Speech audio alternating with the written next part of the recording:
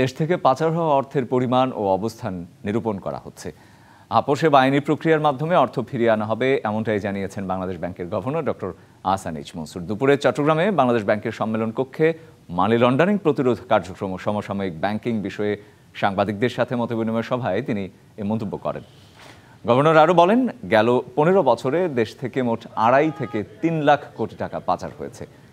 এই অর্থ ফিরিয়ে আনতে বিভিন্ন দেশের সরকারি প্রতিষ্ঠানগুলোর সাথে যোগাযোগ চলছে। এছাড়া ভবিষ্যতে আর্থিক খাতে দুর্নীতি প্রতিরোধে কাজ করছে সরকার।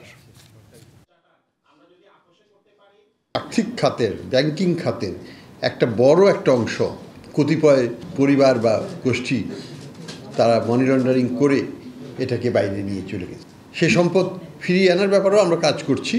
আমাদের লক্ষ্য হচ্ছে আগামী 6 মাসের মধ্যে বেশ কয়েকটা দেশের অ্যাসেট ফ্রিজ যদি আমরা করতে পারি, that will be hour initial achievement.